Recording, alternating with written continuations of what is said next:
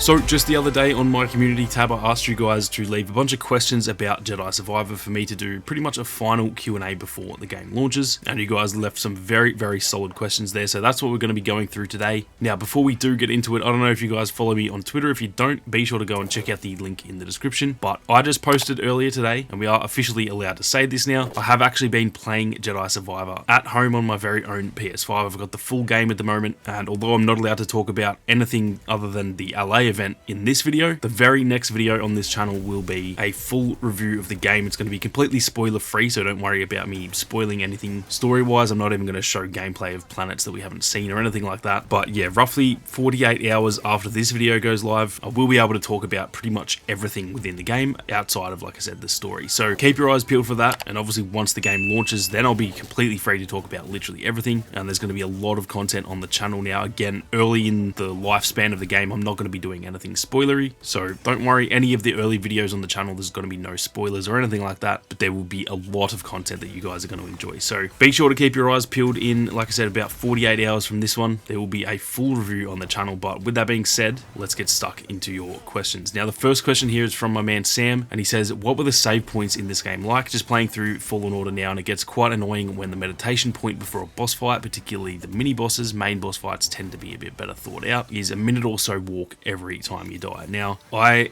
absolutely hate when games do that as well. Having played Elden Ring last year, there was a few where you'd have to walk literally like 5 kilometers from the last save point to get to the next boss fight, and obviously dying a lot of times, it gets very frustrating. Now, having not done all the boss fights in the game, obviously at the actual LA event, we only really got, I think, 3 boss fights in there, I want to say, and 2 of them were actually like optional bosses. I think I only fought 1 from the actual story, but there were 2, one of which being the Rancor, the other one I can't talk about, and I don't think I would want to anyway, because I want you guys to experience that one for yourself. But for example, with the Rancor, like the meditation point was literally right there, so every time you died, it was legitimately like a 20-meter walk to get back to the actual boss fight. That being said, like I said, I can't talk about all of the boss fights because I haven't experienced them all, so I don't know if all of them have really close meditation points. But I do think that's something they probably have taken on board from the first game. Pretty much feels like every bit of, feedback and criticism they got for the first game, they've really addressed that in this game. So I dare say it will be a lot better, and also just the traversal in this game is a lot easier anyway. So yeah, from my experience so far anyway, the distance between your last save point and the boss fights tends to be a lot better than it was in Fallen Order.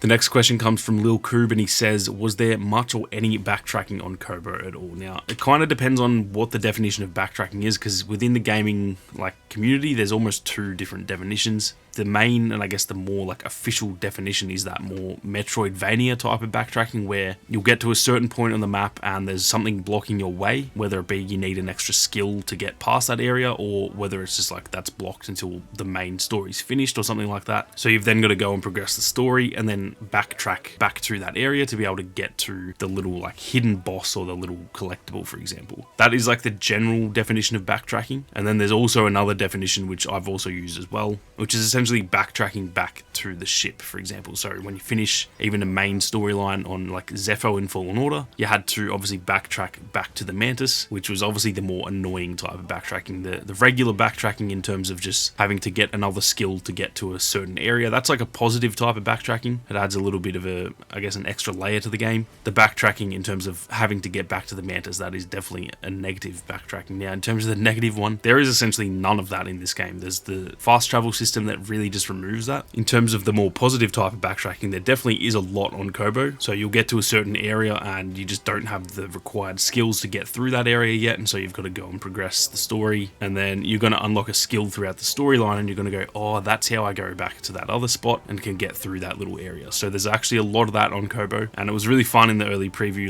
seeing something that you knew you couldn't quite get to yet, and knowing that later in the story you're going to be able to go there. It almost makes the map feel a bit bigger in a way, because you just keep finding areas that you can't quite get to just yet, yet eventually you will be able to get there. The next question comes from Sleek Boy, and he says, do you know who the guy in the Bacta tank is? Now, This one is a kind of hard one to answer. The answer is yes, I do know who that is. Unfortunately, I am not allowed to say it, and even if I could, I don't think I want to anyway. I think you guys should all experience the story and all the story elements for yourself. But all I'll say, the reason I chose this one to answer is because it is a really, really cool story element there. So unfortunately, I can't say anything more than that, but you guys are not too far away from getting your hands on it yourself, and I cannot wait to see everyone's reactions to all of the different story elements throughout Jedi Survivor. Now, the next question comes from Ked, and he says, was it fun? That's the only information I need to buy the game. I haven't heard anyone saying anything about this. Please answer. Now, that is actually a good point. A lot of us who were there, we've all kind of said how good the game is, but no one really says whether it's fun or not, and they're just talking about like the more objective standpoint. Don't worry about that. It is so much fun from the experience that I've had with it so far. For me personally, it was already better or more enjoyable than Fallen Order, and that sounds like a knock on Fallen Order. I love Fallen Order, but this game in essentially every sense of the word is better, and it's definitely a very fun game. If you like the first game, even at a 7 out of 10, you are going to love this game, and it was definitely very fun. So I understand people probably haven't said whether it was fun or not, because most of the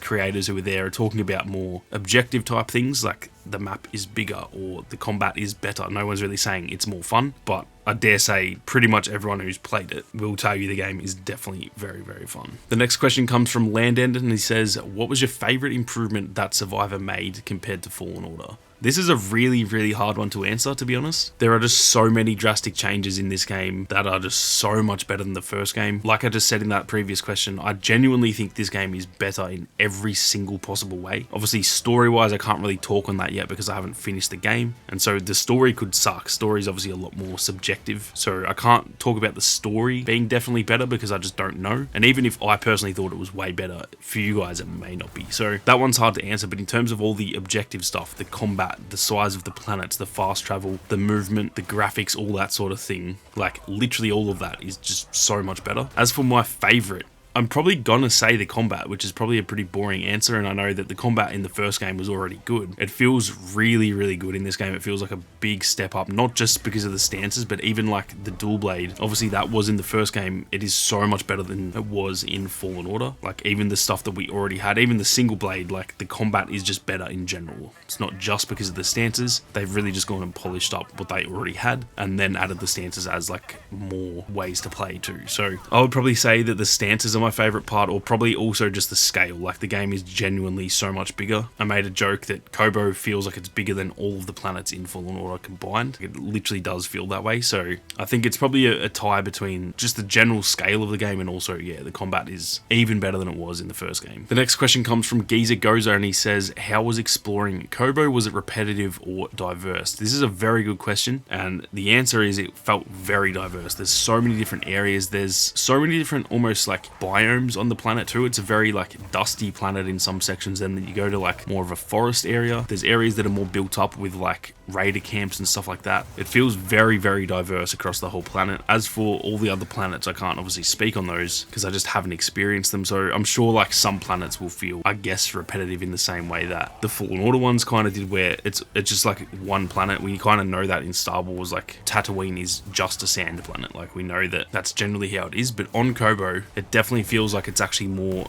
a bit similar to Earth in that obviously Earth isn't all just one biome. It's not just like a whole sand planet. Some places have snow, some places have desert, there's everything in between. So it definitely feels diverse in that sense. And then also just like the map design was very well done. It's not all in cave systems and it's not all out in the open. It's kind of just everything in between. There's sections where there are caves, there's sections where it's like genuine open fields. And yeah, I think they've done an absolutely amazing job with Kobo. I'm confident enough to already say it's better than any planet in Fallen Order by a country mile, so it definitely felt very diverse to me. The next question comes from Easy Money Sniper, and he says, how was the difficulty of the game? Did you get to experiment on the differences between difficulties from what you played? Was it harder, easier, or about the same as Fallen Order in terms of the difficulty? I'm sure there weren't crazy hard boss fights in the short playtime that you got to experience, but from what you could tell. Now, that last sentence is actually, funnily enough, not necessarily correct. There was a very hard boss fight, and again I can't talk about it just yet, and it's not actually a main story one, but it was literally so hard that I just didn't think I was going to get past it. One of the devs actually came up and told me you should finish that because there's a cool reward at the end, and I'll have a video once the game's out because you guys are going to want to see this. But he actually told me to change the difficulty to pretty much story mode just to get it done, because I'd literally fought this thing like 10 times And obviously in a playtest like that, you don't want to get stuck on a boss. I wanted to experience as much of the game as I could, so I didn't want to get stuck. Normally I would just tough it out on the hardest difficulty, but I actually turned it down just to finish that boss fight. And what I'll say from that also, because that kind of answers the other part of the question, is that the difference between the difficulties is really, really different. It does feel pretty similar to Fallen Order in that sense, but there is also the story mode now, so there's essentially an extra mode that is easier than any of the ones in Fallen Order. And so realistically, when you say how was the difficulty of the game, it really is just how difficult you want it to be. If you want to play on story mode, I would say it's not